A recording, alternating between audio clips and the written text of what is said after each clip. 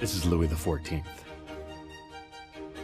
also known as Louis the Great, Louis the Grand Monarch, and Louis the Sun King, famous for supposedly declaring, "L'État, c'est moi."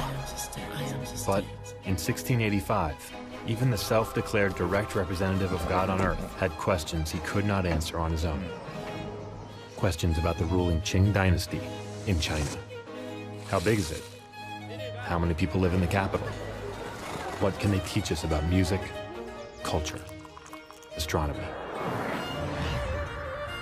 So, in the spring of that year, Louis sent members of France's Order of Royal Mathematicians on a voyage that would span 3 continents and 3 oceans. Their task, gather information that would satisfy the king's curiosity.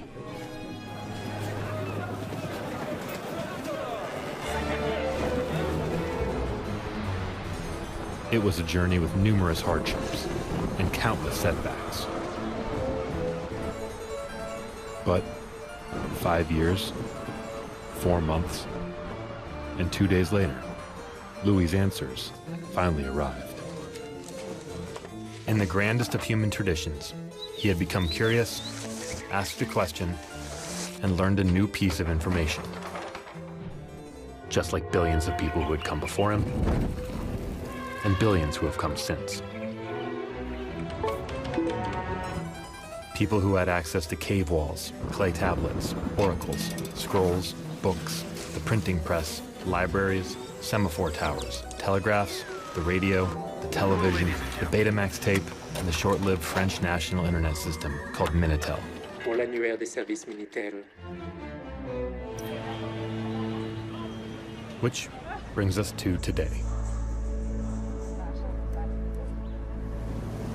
Fishermen looking up when tomorrow's tide comes in. Careful cooks wondering when anchovies expire. Travelers trying to figure out how to say chapstick in Turkish. Friends settling a bet about which team won the '92 NBA Eastern Conference Finals. Job seekers looking to make a move. And a 4th grader looking at facts about the Qing dynasty for a history paper that's due tomorrow. Billions of King Louis, asking trillions of questions in hundreds of languages, expecting someone to give them an answer in under 1 second. Now, who would sign up for a challenge like that?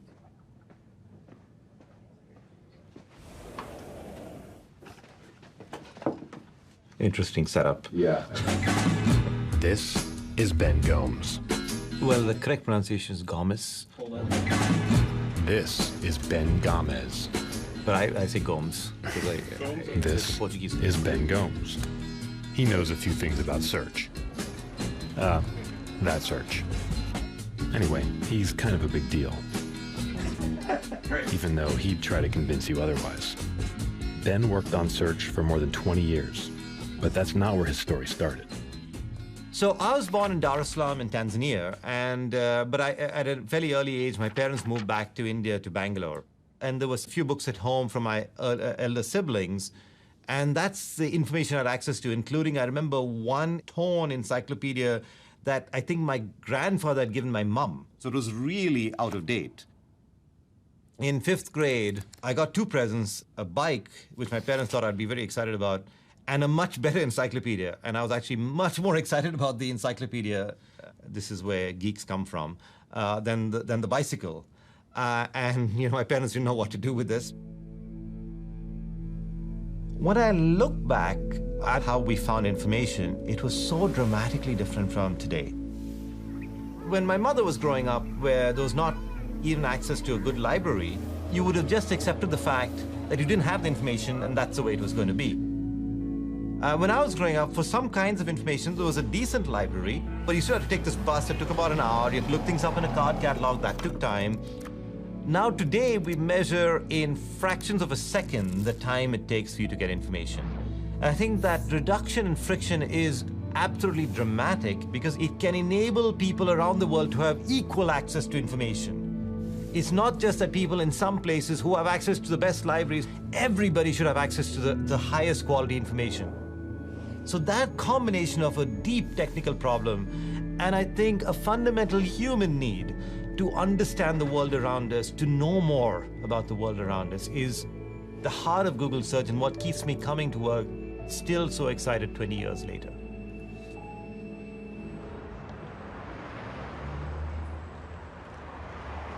So in the early days, I wondered whether the company had the infrastructure to be a real company, because when I had come for my interview, actually, there was not even a sign indicating that this was Google, so I was not sure I'd come to the right place. But halfway up the staircase, there was a small neon sign that said Google, so that's when I knew. And it generally felt completely chaotic. And Jeff was there. Jeff is also brilliant. Yeah, we were a very small company. We were maybe about 25 people. We were all kind of wedged into this second floor area in downtown Palo Alto. I was in an office with Urs Hotzler. Urs was in charge of all of engineering, and at the time I don't think I knew how to pronounce his name. But he put the three of us named Ben in one office, just so that people could walk by and say, "Hey, Ben." Yes, we had the Ben pen. I think it was pure coincidence, actually. My first reaction to Google was, I have no idea what search is, so it's probably not for me. But then I was intrigued by the problem. It was clear that there was some real value there, because without sort of really good ranking, all that growth of the web would be wasted if nobody could actually find the things that were there. So one of the core aspects of search is how do we rank results and how do we find the most relevant information. So a lot of people work on that. You'll get really good stuff on this from Pandu, actually. Oh, yeah, Pandu. Yeah. Okay.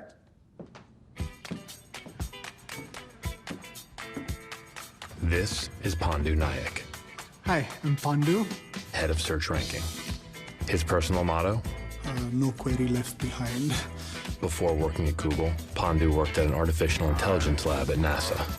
Yeah, we built an autonomous system that provided high-level control to a spacecraft called Deep Space One. Really the most exciting thing that has ever happened in my life. Yeah, my professional life, I guess.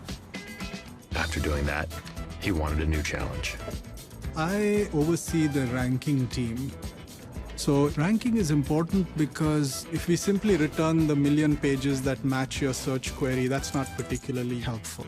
And so we need to rank the pages that you might find useful. Hopefully these are at the top of the results. We're really trying to bring information to the world at large and make it useful so people can improve their day-to-day lives. And I feel really lucky to have the opportunity to work on this mission. Let's go back a bit. Summer, 1999. Room 300 and something, in the Gates building at Stanford. And these two guys, Larry and Sergey, who are about to announce something so big, it merited matching polo shirts. Okay, maybe we should get started. So, what is our mission? So, how's Google different? Basically, we want to organize the world's information and make it universally accessible and useful. 20 years later, bigger stage, same deal. And today, our mission feels as relevant as ever. So what does this actually mean? Here are a few takes. I think if we weigh up the various parts of the mission, to me, the most important piece is organizing. There are hundreds of billions of web pages that are out there. Our job is to filter through that and to really give you what you are looking for at that moment in time. And then the next part is the world's information. So information means really anything. You know, it started out for Google with web pages, but it's so much more than that. Whether it's physical books that we need to scan or maps that we build of every place on Earth, that's information too, and it's not web pages. It's the kind of stuff that we organize today. And then I think that word universal is important because universal means for everyone. Whether someone that can't see, whether someone that can't hear, people that speak different languages, really making it accessible to as broad a set of people as possible. We might be goofy people who come to work in t-shirts and desperately need haircuts and things like that. And we may not look super serious, but we know how much people rely on this. Yes. And we take that mission really, really seriously. So, it sounds like the mission is pretty important to these folks. But here's another important question. So, how would you explain how search works? Right. Yeah, so how does search work? How search works? How search works in a nutshell.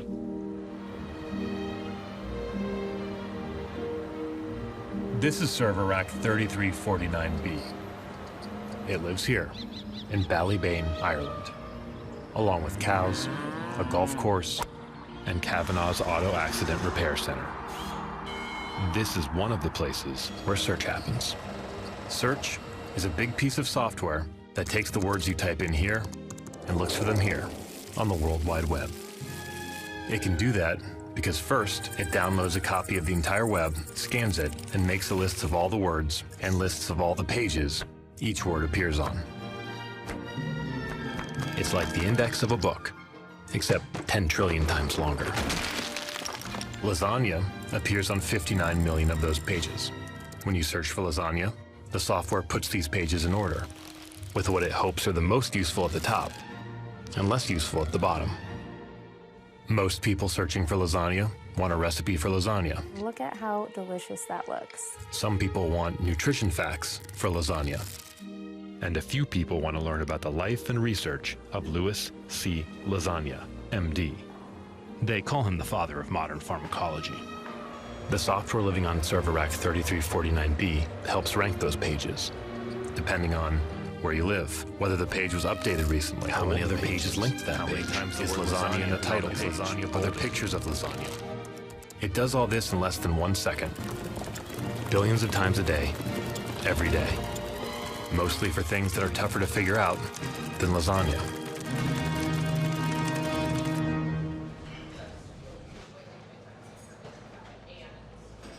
So behind the scenes of Google Search, there are many kinds of engineers and many different teams that come together to bring you the search experience you see. Teams around the world, in many other countries, Zurich, London, India, Japan, so on. We have teams that are working on the interface by which we present this information. Teams working on the evaluation process. Processes that make sure that the changes that are happening are good changes. And then there are teams of engineers who work on ranking. They might examine the kinds of queries where we are not doing well today and think about what are the kinds of techniques we could use to enable us to do better in the future. Like the team that's about to enter this meeting. Anything else we need to know? Don't look at the lens of the camera. Okay, all right, let's do it.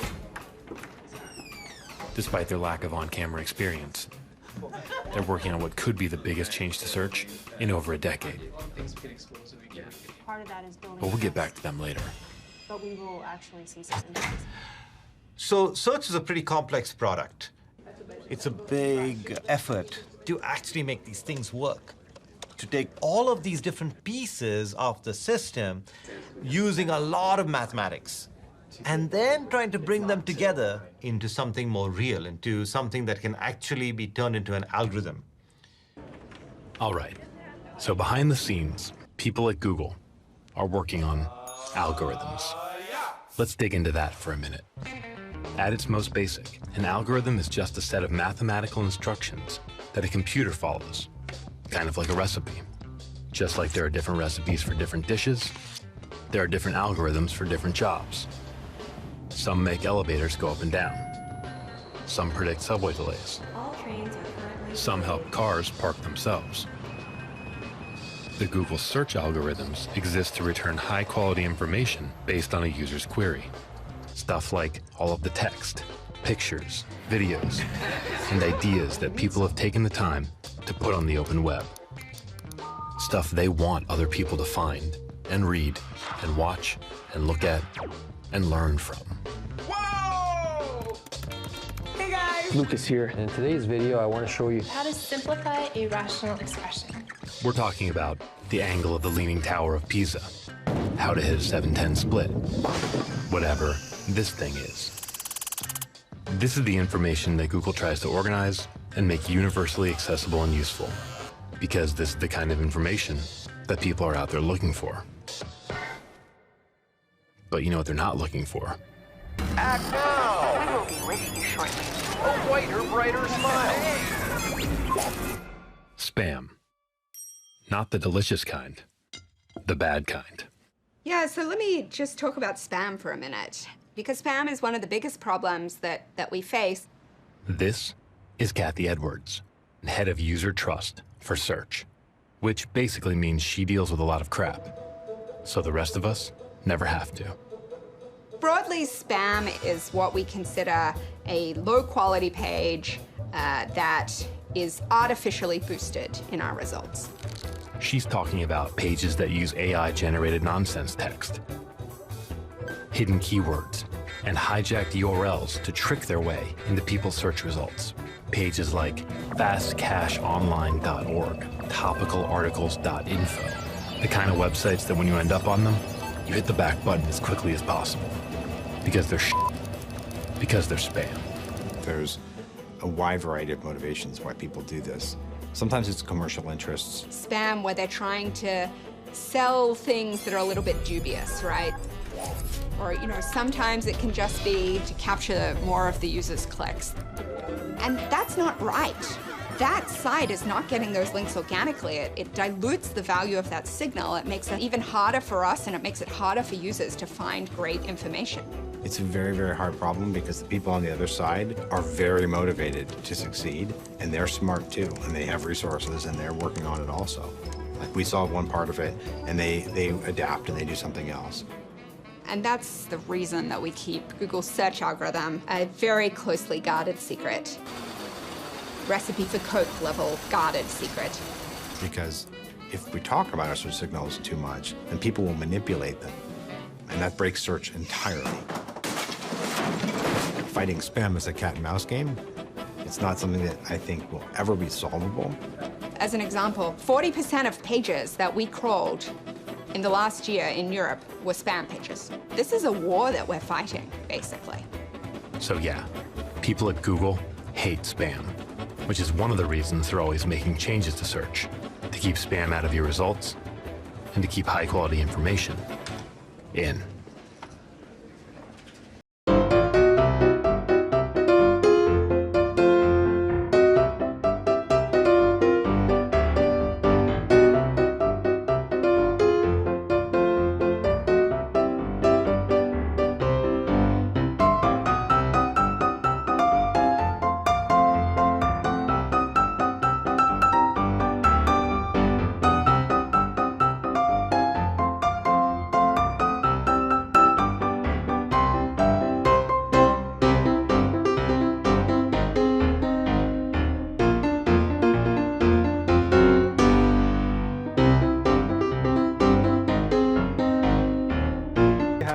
That particular problem, even though we've launched a whole series of changes over the years that have, I think, meaningfully and materially improved the search result sets, I'm here to tell you that search is far from a solved problem. In fact, there's actually no end in sight in terms of when this will actually be solved.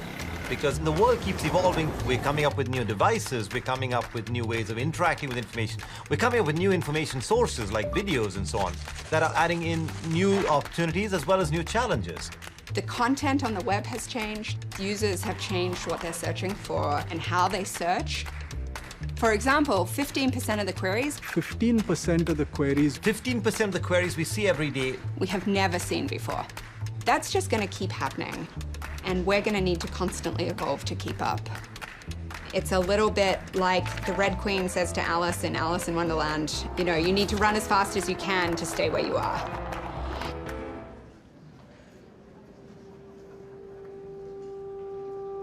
We're going to add some friction. We don't actually think we have good results. The idea is to add friction for the worst of the worst results to start with. We change the search algorithm on average 6 times per day. It's actually really frequent.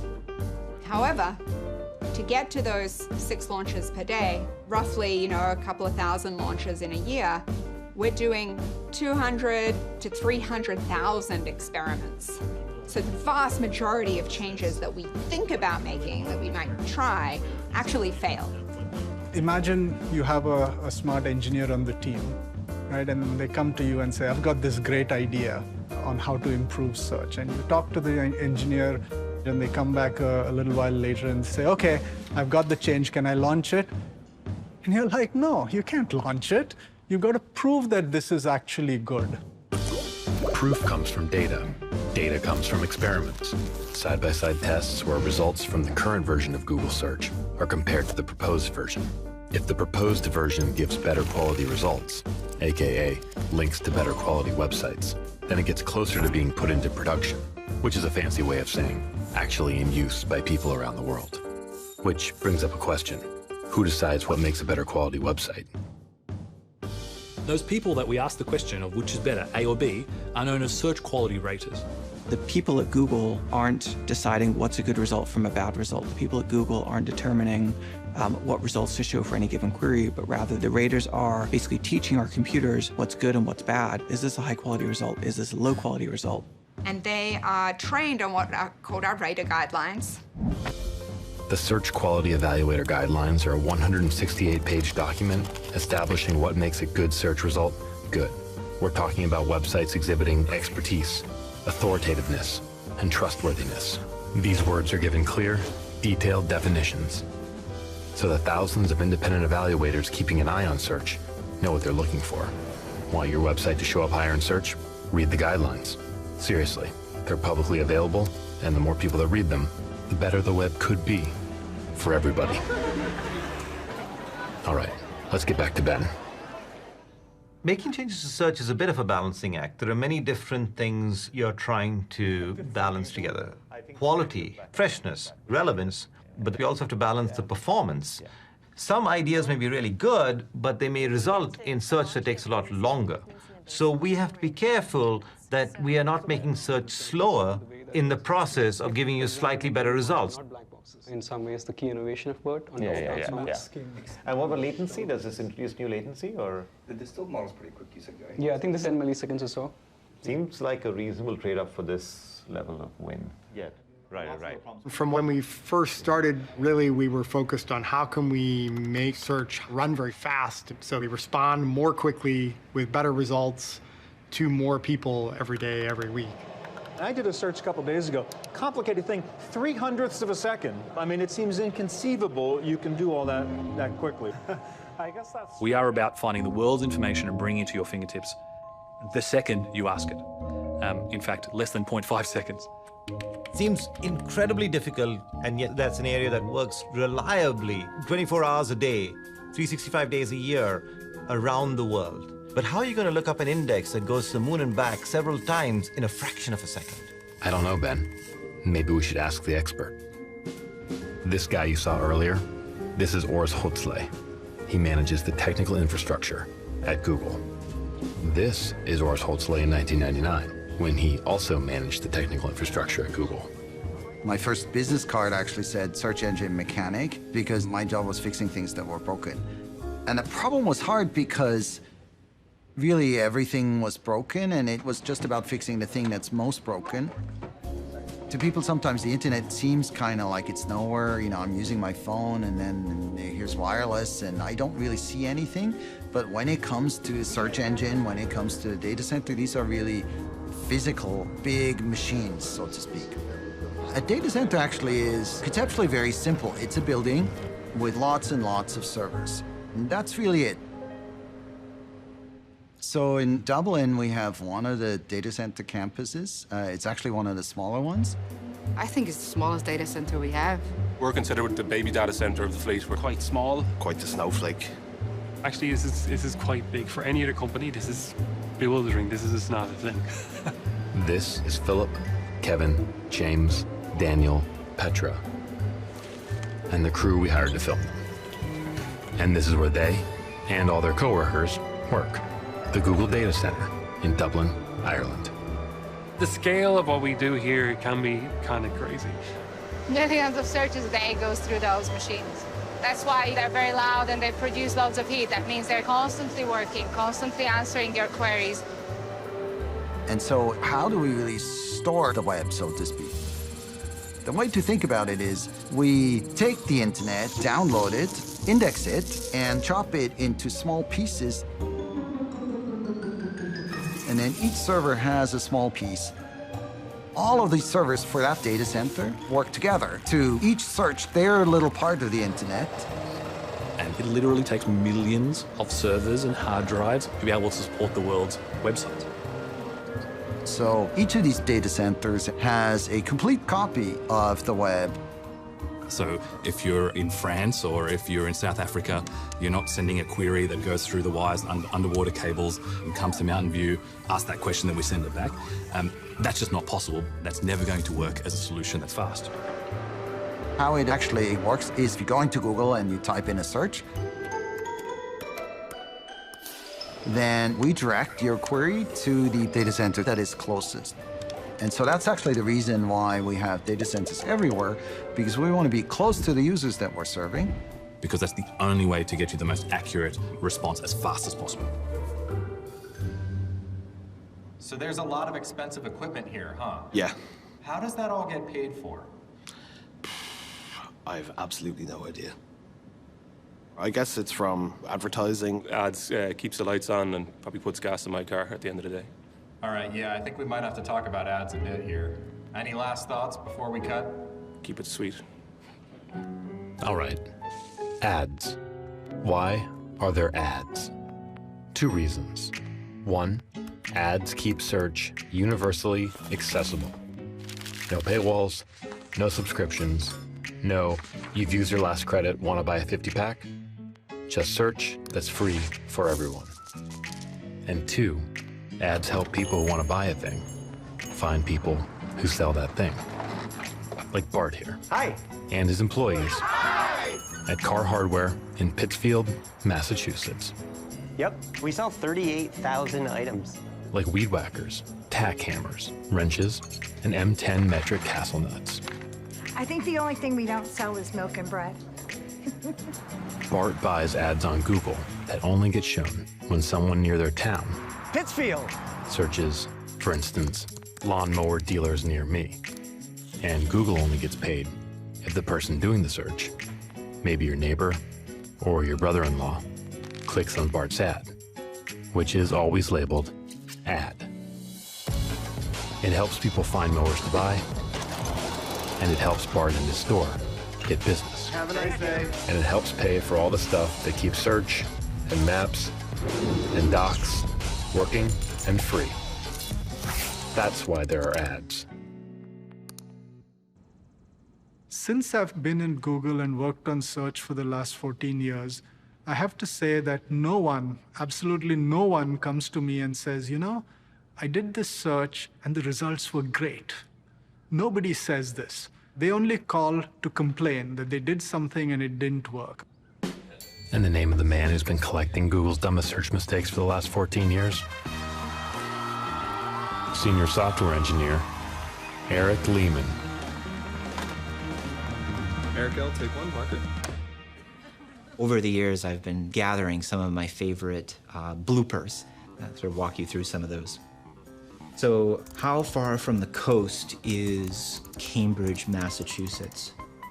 It's actually a little over 3,000 miles from the West Coast.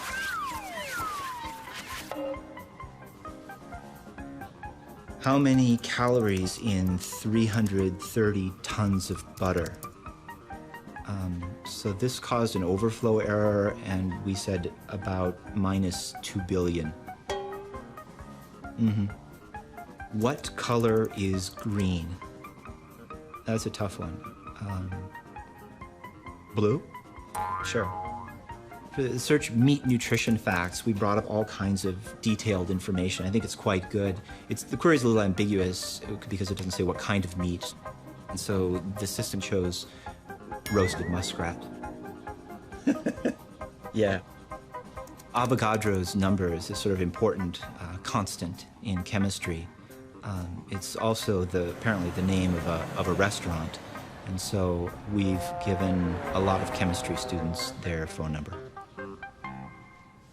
Is that what you're shooting for, or? Okay. Since you started watching, people have done over 100 million searches. Enough results to fill 27 libraries. But none as cool as this one. This is the Weston Library on Oxford's campus. 2 buildings down, you'll find the office of Dr. John Paul Gabriel, a professor of early modern history. He specializes in the history of information and archives. Suffice to say, he's an expert on this stuff. It used to be, before, say, the 16th or 17th century, that if you were reading a manuscript copied by someone, perhaps someone you knew, perhaps someone who you didn't know, but they were recommended to you by someone else, you could have a certain trust that the text you were reading was stable, was authoritative, was right. Now, printing changes all of this. Sure, printed word can flow everywhere, but that worried lots of people because, for example, if we don't know who printed it, well, then what should we think about this information? If there's an error in the printed word, then everyone will get it wrong. So we look now actually at the print revolution, which we used to think about almost in a celebratory way. And we think now that actually the anxieties that people had about print in many ways parallel the anxieties that people have today about fake news, about origins of information.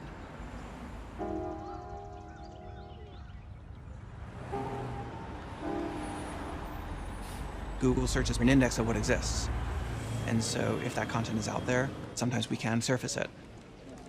That can present results that are accurate when it comes to the content of the web out there, but not accurate in terms of what the truth actually is. But that can result in some, what I would consider to be reprehensible or really offensive results.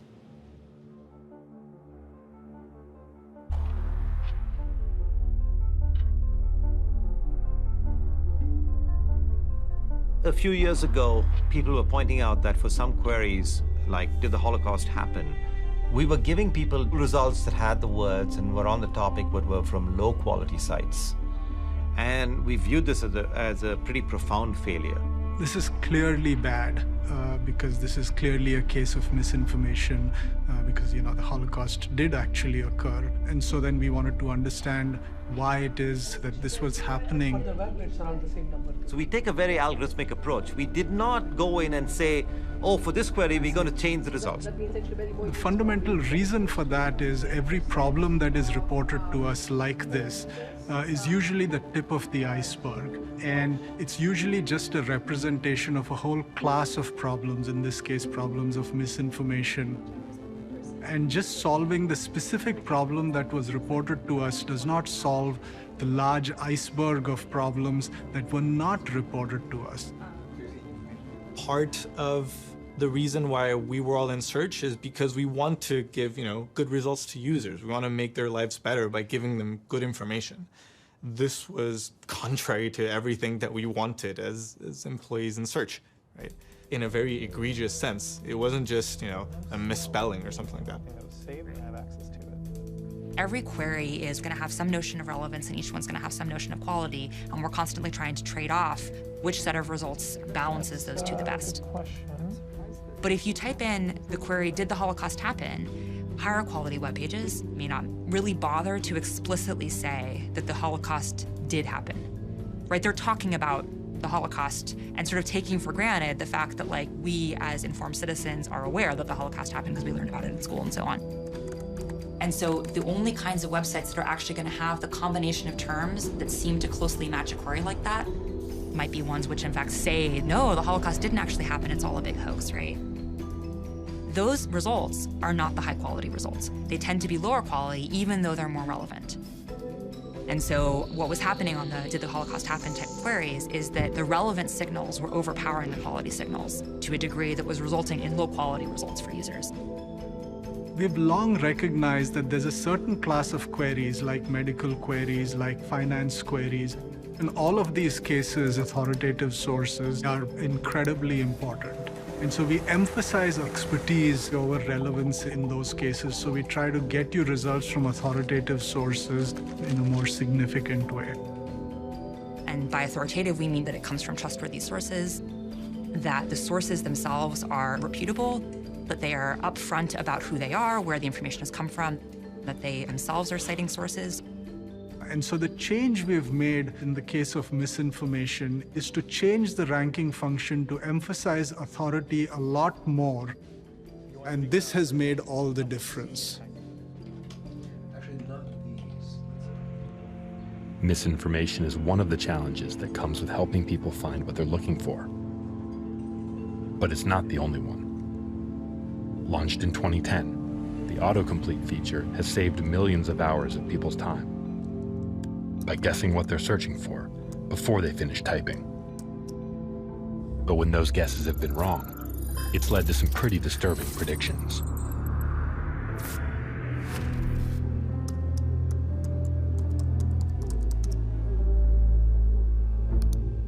A few years back, we started hearing from people that sometimes folks were typing things into autocomplete and they would be sort of shocked by some of the predictions that they were getting.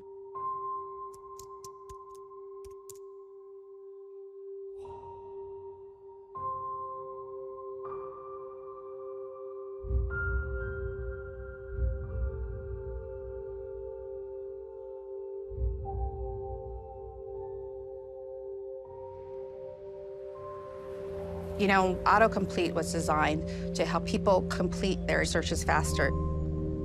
Instead, we were actually returning them information that they weren't searching for.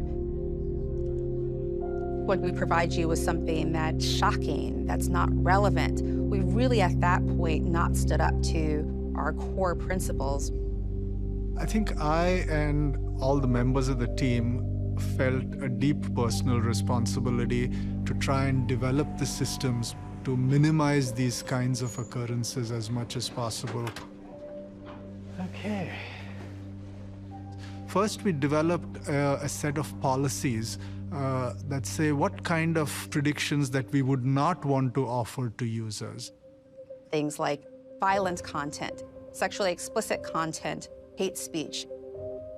But we also publish those policies. That way people can see where we stand, and then that gives us some accountability. With these autocomplete algorithms, we try not to surface predictions that violate the policies. Now, these algorithms are very good at what they do, but they're not perfect. And every so often, we'll get some predictions that, in fact, violate them. So you can report if you've seen a prediction that violates those policies. And every day we get flags from our users out there to tell us where we might be seeing problems in the product. We use those reports to improve our algorithms to try and see whether we can address the whole class of problems that the report might be just pointing towards. But one thing that I would like to emphasize is that this in no way prevents users from searching for whatever it is that they want. They're absolutely free to do that. Think about it this way. Search is like a door that leads to the web. With autocomplete, it's the kind of door that senses you walking towards it and opens for you. But if you're typing a query that violates its policies, the automatic part stops. The content of the web is still behind the door, but you won't see any results until you complete the query yourself.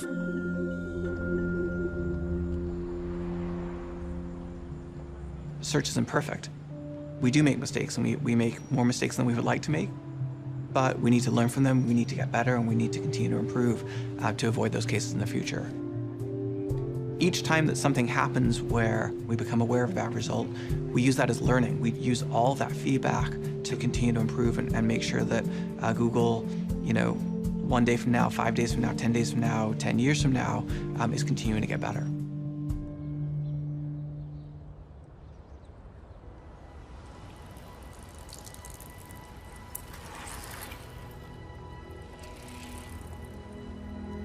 Many people tend to think that search is really easy. You type in a few words, you get a few documents, and the process feels very easy. And in many ways, that's what we want to achieve. We want search to be very easy for people. But behind that is an extremely hard technical problem of actually understanding what people mean when they type in a query. Not just matching words, but actually understanding language much better over time so that we can match the thing you asked to the concept that you were really looking for in the documents, and we can bring these two things together. It's an absolutely fascinating problem to work on because it lies at the frontiers of what computers and computer science can do, and our understanding of basic aspects of how we wish to interact with computers as human beings. As long as there have been machines, humans have tried to get those machines to do more.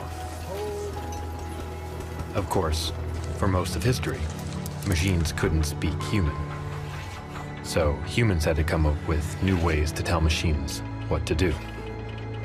Joseph Jacquard used cards with holes punched in them to tell his loom, put the thread here and here and here.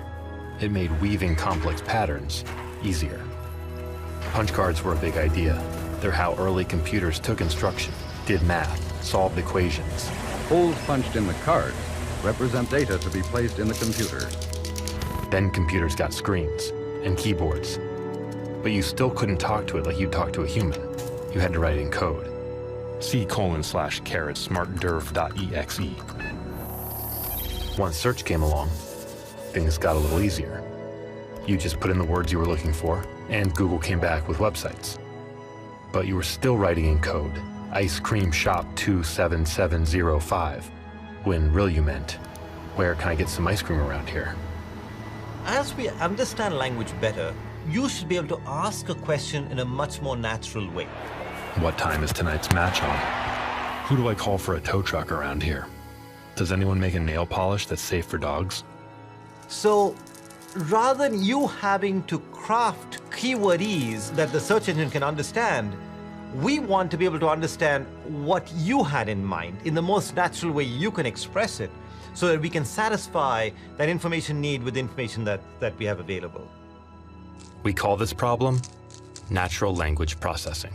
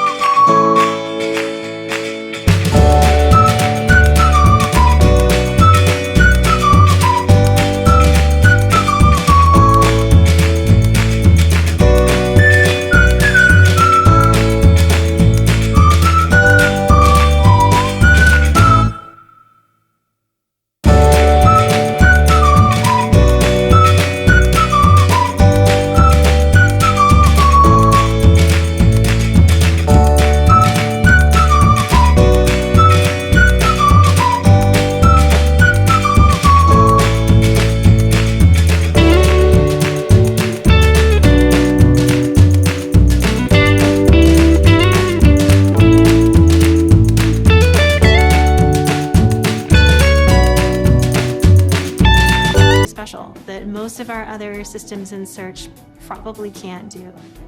We are still at the very early stage of building a search system which truly understands human beings.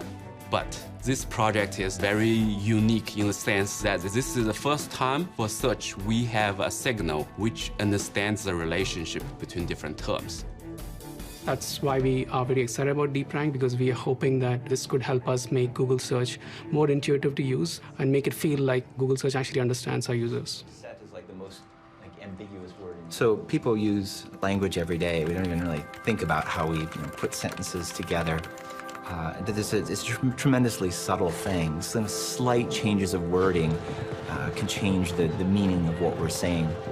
And it's very hard to write a computer program that captures all of that subtlety. So it's actually sort of interesting. Early on in information retrieval, which is kind of the science behind search, people would tend to just sort of give up on these things. So like a lot of little connector words, they'd simply ignore them. They call them stop words. They just throw them out. I think we learned over time that those words often have sort of an important role in communicating what we're trying to say, communicating an idea.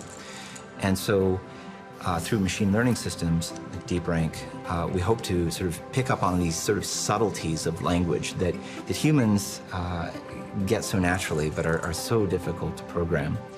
So hopefully people will be able to phrase search queries in a sort of a more natural way for humans and not suffer from this problem that machines don't get the subtleties. Eric makes it all sound pretty straightforward, but actually getting Bert to play nicely with search, it's not going to be easy. I mean, these all look like the queries where we would expect to see wins from DeepRank. I would have guessed that. The team starts by testing their theories. Months go by. Progress is slow. And it's not trying to make a distinction in that range, so I'm just not that thrilled with this part of it. It is somewhat nice. With a change that is so positive and so powerful, there is a tendency to feel like, oh, we should just get it out there as soon as possible, and so you have to temper that with some pragmatism there. If this is where your IS win is coming from, that's not super thrilling, let's put it that way. For each result that gets better, others are getting worse. Single-term queries are also way more negative. When we don't know what we're doing great. Each failure requires a new test. Each test requires rewriting big chunks of code. They don't have all the time in the world. Even just experimenting with a system based on BERT takes thousands of servers, crunching quadrillions of numbers. So DeepRank needs an enormous amount of computing power. Google has tremendous resources, but even by Google standards, this is a lot. We have enough TPUs to launch DeepRank, but barely.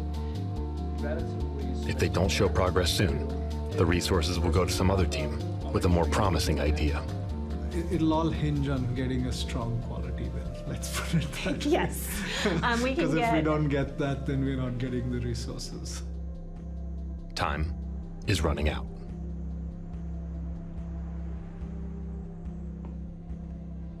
I would say in general, on many of the examples I see when we have optionalization on both sides, this is actually someplace where DeepRank typically does better, but once we mix in the localness. So we have these high-level measurements that we do to say whether something is good or not. Because if something's not good for people searching on Google, we are not gonna launch it, period. I mean, no matter how great the technology is. So this was the week where we saw some really nice experimental results. And that was so reassuring. I would like us to go through some wins. So one of my favorites is, what temperature should you preheat your oven to when cooking fish? Okay. I was kind of fascinated with this one. It is a tough query. Holy cow. That's really, really nice. Here's what they're so excited about. Without DeepRank, the Google search algorithms were surfacing some good information about cooking fish, but they were also getting confused, showcasing a recipe for baking cookies. When DeepRank was tested on this query, it understood that the result was about cookies, reducing the prominence of the incorrect recipe, and instead elevating useful, relevant information about cooking fish. These are the kinds of wins the team will need to see more of if they want their project to launch and start improving search results for billions of people around the world. However, before we can launch, we need to get launch approval. It's a formal process where any change to search gets a lot of scrutiny. Yeah, so I'm feeling a little pressure to I don't know. Yeah, launch committee. So launch committee is essentially the final review before you actually choose to launch a project. I mean, I feel like that we've seen that. So when you go to launch committee, you're essentially saying, hey, we have a project that we've built. We have all this data that we think shows that it's a good thing. And now we're getting approval to actually put it into production. There's always a little bit of anxiety because, you know, the outcomes of these meetings are really important to people. People put a lot of work into them, and had to have a change rejected is pretty dispiriting. Before the meeting, I always feel like there are things that I forgot to catch. So I was going over the launch report again, try to see if there is anything I'm missing. There are lots of stress, but also the hope, right? Like, okay, no matter what, we will have some reasonable feedback from the launch discussion. It may be over, or it may be like approved, and then we can launch it. Regardless, it's a big milestone. Jing Cao has every right to be nervous. Around here, launch committee is known for killing experiments. Because despite their best intention, despite the months of work that went into them, most experiments never make it out of the building. If you talk to the average engineer, they will have their share of war stories of moments that have been incredibly frustrating for them. But the flip side of that is, you know, there's not many products that are more impactful than Google search. So when you can ship something that's really great, it's really an amazing feeling.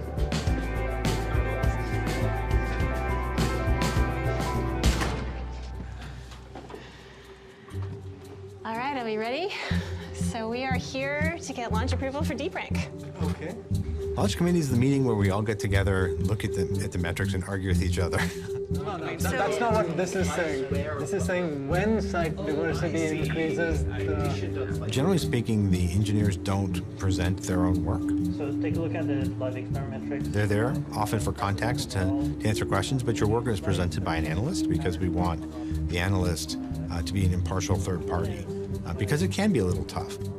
There is a slight issue in the way the metrics are calculated. It's important to realize that most of the changes we make in search are not ones that are 100% good, right? There are always wins and losses. There's only one thing that is positive but is not out of the noise. Actually, the one that I think is particularly worth looking at is the long tail set, right? Yeah, let's look at that. And so one of the things that the launch committee is doing is to weigh these wins and losses. It's pretty clear from the wins and losses there's some interesting relationship understandings going on in here. However, DeepRank illustrates some of the really nice wins we get from understanding language and the nuance of language. This is my favorite win. Can you get medicine for someone pharmacy? It's a very beautiful natural language when you see. Yeah, and it's an important question, right? Can you pick up medicine for somebody else? And this is wonderful. DeepRank brings up this very relevant, very specific result. You can imagine why this happened. Yeah. Because before, all those words like for and maybe you and get, they're all stop words, largely ignored. And now, like, because of BERT, it actually understands that those are very important. Yeah, but for someone is a really hard concept. Yeah. Get it IR. We saw some wins that were really, really beautiful in various ways. So point two is, I think, one of the biggest changes we've seen in a long time, because you're getting towards more semantics and all over here when you're that's all you have. You don't have other signals, right? And so this is where it can excel. Yeah. All right. This seems like great. a great launch. Really excited about this. Yes. When it's all done, the coordinator of the launch meeting just changes a field in a spreadsheet. Changes it from blank to yes. It's a very momentous occasion. Approved. We'll mark this as search leads flagged, I'm guessing. This was a very positive launch meeting. The decision is to launch DeepRank. I thought I wasn't feeling nervous, but when the moment came, it felt so good to get that approval.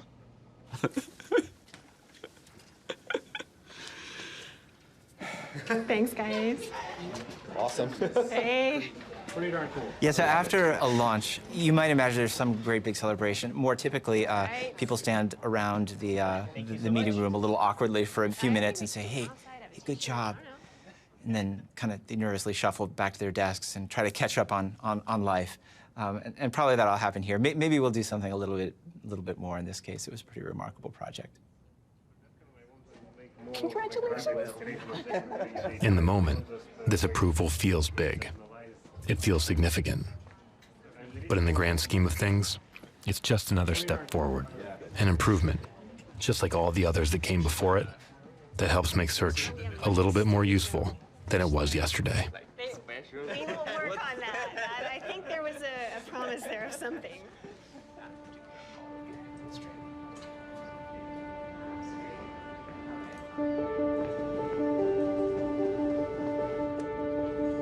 Solving the search problem is not easy, that's for sure. I mean, we've been at it for 20 years, and I think there's still a lot to be done. Humans have more access to information than at any other time in history. And I really feel like it's our job to make sure that they're connecting with the highest quality, the most authoritative, the most relevant information for them, and that they're really able to access the information that makes a difference in their lives. This is sort of a core value, and we feel deeply responsible to our users to make this happen. What is Google in 20 years? You know, it's very hard to predict the future. I would never have predicted 20 years ago how Google looks today. The mission will still be there, like making information accessible to people. And I think the thirst will still be there, that people really want to find the things that they're looking for. Information really releases things that are in people's potential. It enables them to make decisions that they couldn't make before. It enables them to know about things that they couldn't know about before, to know about things in the world, to know about the people around them. And I hope it also improves their understanding of the world around them as they do that. And I believe that our role in search is to actually help serve that curiosity in people, to help them find that information that they're looking for that takes them on the next step of that journey of curiosity. All kinds of people, on all kinds of journeys.